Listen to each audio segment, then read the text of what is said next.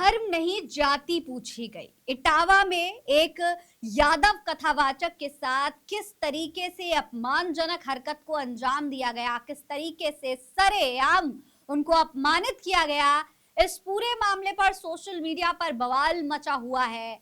जो भारतीय जनता पार्टी हिंदुत्व के दावे करती है, उस भाजपा सरकार में एक यादव कथावाचक के साथ जो हरकत हुई है उसकी निंदा विपक्ष भी कर रहा है और तमाम सोशल मीडिया पर मौजूद जनता भी कर रही है। अब इस पूरे मुद्दे पर भोजपुरी सिंगर नेहा सिंह राठौड़ ने भी टिप्पणी कर दी है। नेहा सिंह राठौड़ ने बाकायदा इस पूरे मामले को लेकर के एक लंबा चौड़ा लेख लिखा है और तमाम तरीके की बातें मेंशन की है, साथ ही साथ भारतीय जनता पार्टी पर निशाना भी साधा है। नेहा सिंह राठौड़ का इस पूरे मामले पर क्या कहना है, चलिए उस पर गौर करिए। नेहा लिखती है कि दो घटनाएं हुई, दोनों को ध्यान से सुनिए। उत्तर प्रदेश के इटावा जिले में यादव समाज के एक व्यक्ति को कथा सुनाने के अपराध में बेइज्जत किया गया और उसका सिर मूड़ दिया गया।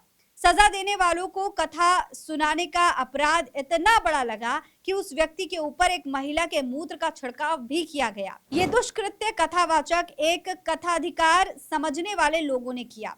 दूसरी घटना ओडिशा की है, जहां गंजाम जिले में गौ तस्करी के शक में दो दलित युवकों को बुरी तरीके से पीटा गया।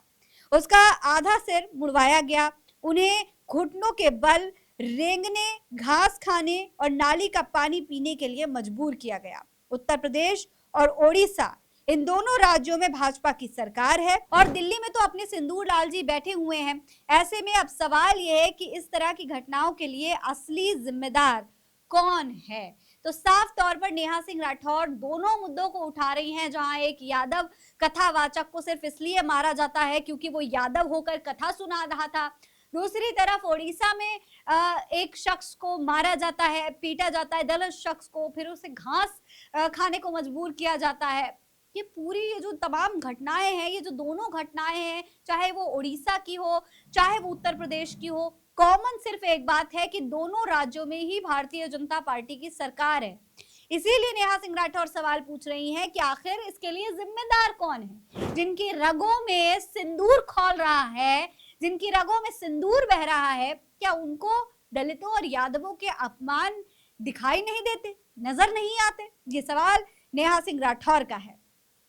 इसके अलावा आगे भी उन्होंने कई चीजें लिखी हैं, मेंशन की हैं। वो लिखती है कि भाजपा का दलित और पिछड़ा विरोधी चरित्र या उन राज्यों का खराब लॉ एंड ऑर्डर, क्योंकि ये पहली घटना नहीं है, ऐसी घटनाओं की लिस्ट बहुत लंबी है। मसलन कुछ महीने पहले मध्य प्रदेश में, जहां भाजपा की सरकार है, भाजपा के एक नेता ने आदिवासी समाज के एक व्यक्ति के सिर पर पेशाब कर दिया था और घटना के खिलाफ बोलने पर मेरे ऊपर एफआईआर दर्ज की गई थी।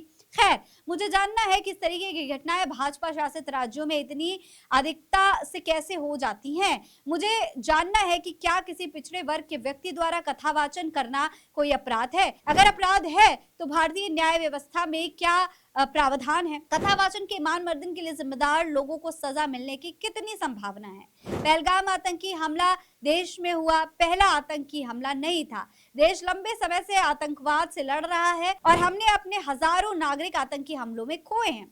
हर बार ये हमारे पूरे देश के विरुद्ध माने गए और मृतकों को देश का नागरिक माना जाता है, पर भाजपा सरकार की कृपा से ऐसा पहली बार हुआ जब पूरे देश में मृतकों की सूची में हिंदू और मुसलमान नाम छाटे गए। तो सीधे सीधे नेहा सिंह राठौड़ ने तमाम मुद्दों को मेंशन किया है। मध्य प्रदेश के उस मुद्दे को भी मेंशन किया है जहां पर एक शख्स पर, एक आदिवासी शख्स पर एक भाजपा नेता ने पेशाब किया था और जब इस मुद्दे को उठाया गया था नेहा सिंह राठौड़ पर एफआईआर हुई थी। इसके अलावा फिर उन्होंने पहलगाम के मामले को भी उठाया है कि देखिए, एक तो बात होती है जाति की, ठीक है, पहले देश भर में जाति के नाम पर हिंदुओं को बांटा जाता है, लेकिन फिर जब आतंकी हमला होता है और लिस्ट सामने आती है तो देश का नागरिक होने की जगह उन्हें हिंदू मुस्लिम में बांट दिया जाता है, फिर हिंदुत्व की बात होने लगती है। ये हिपोक्रेसी है जो नेहा सिंह राठौड़ मेंशन कर रहे हैं। उन्होंने लिखा, माहौल बनाया गया कि आतंकवादियों ने धर्म पूछकर मारा, एक पूरे समाज को आतंकवादी और उनका साथी बताने की कोशिश की गई, जबकि सच ये है कि सरकार अभी तक हमलावरों को पकड़ना तो दूर उनकी सही पहचान तक नहीं जुटा पाई है और अब खबर आ रही है कि सरकार ने पहलगाम हमले के लिए जिम्मेदार आतंकियों के गलत स्केच जारी किए थे। अब सवाल यह है कि जिस गलत जानकारी के आधार पर देश की एक बड़ी आबादी को अपमानित किया गया, उसकी जिम्मेदारी कौन लेगा और जो कष्ट पहुंचा है उसकी भरपाई कैसे होगी। एक सबसे जरूरी सवाल यह है कि आखिर भारतीय जनता पार्टी किन लोगों की पार्टी है? सरकार चलाने वाले लोग कौन हैं? ये लोग दलितों को अपमानित करते हैं, पिछड़ों को अपमानित करते हैं, महिलाओं को अपमानित करते हैं और अल्पसंख्यकों को प्रताड़ित और अपमानित करते हुए उनकी वफादारी पर सवाल उठाते हैं। आखिर ये लोग कौन हैं? ये किस हक से ऐसा करते हैं और ये किन लोगों की पार्टी है? तो साफ तौर पर जब इस तरीके की घटनाएं सामने आएंगी तो दोस्तों ये सवाल उठना लाजमी है। इसके अलावा कई और सवाल है जो ये उठा रही है। लिखा है कि क्या ये कहना गलत होगा कि भारतीय जनता पार्टी दरअसल देश के बहुसंख्यक स्वर्ण समाज के पुरुषों के वर्चस्व वाली पार्टी है। देखिए, नेहा सिंह राठौर सीधे सीधे इसे स्वर्ण समाज से जोड़ रही है कि भाई जब जाहिर तौर पर पिछड़ों, दलितों और अल्पसंख्यकों के साथ इस तरीके का बर्ताव होगा तो ये सवाल उठने लगा कि क्या जो सरकार है वो स्वर्ण समाज के अधीन काम कर रही है। सच ये है कि भाजपा में मौजूद बाकी समाजों के प्रतिनिधि दरअसल प्रतिनिधि नहीं, कठपुतलियां हैं जो अपने समाज का हित करने का ढोंग करते हैं और उन्हें बरगलाते हैं। और अगर ऐसा नहीं है तो ऐसी घटनाओं पर भाजपा में मौजूद इन कठपुतलियों ने अब तक कोई व्यापक आंदोलन क्यों नहीं किया? भाजपा का अल्पसंख्यक मोर्चा अल्पसंख्यकों के लिए क्या कर रहा है? सच यह है कि देश के लिए आतंकवाद से ज्यादा खतरनाक जातिवाद है, क्योंकि इसे फैलाने में बहुत सारे लोग शामिल हैं जिन्हें सरकार का मूल समर्थन मिला हुआ है। एक बड़ा सवाल ये भी है कि जिस तरीके से देश भर में लिंचिंग की गई है गाय के नाम पर, उससे गौपालन को बढ़ावा मिलता है या फिर हतोत्साहित होंगे?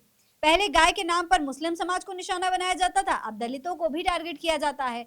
मेरा विश्वास कीजिए, जो लोग खुद को सुरक्षित समझ रहे हैं, ऐसी घटनाओं के प्रति तटस्थ हैं, वो भी दरअसल सुरक्षित नहीं है। भरोसा ना हो तो कुछ दिन इंतजार कर लीजिए। आज देश को आतंकवाद के साथ साथ जातिवाद से लड़ने की भी जरूरत है, जिसके लिए सबसे पहले इसकी जड़ पर प्रहार करना होगा। तो साफ तौर पर नेहा यही कह रही है कि भाई अब न सिर्फ आपको आतंकवाद से लड़ना है बल्कि जातिवाद से भी लड़ना है, अपने देश में ही, अपनी सरकार से ही लड़ना है।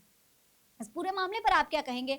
कमेंट बॉक्स में लिखकर हमें जरूर बताइएगा। ये खबर आप एमएफ न्यूज पर देख रहे हैं। मेरा नाम है फरहीन अंसारी। आप रहें स्वस्थ मस्त, बस यही है दुआ हमारी। जय हिंद, जय भारत।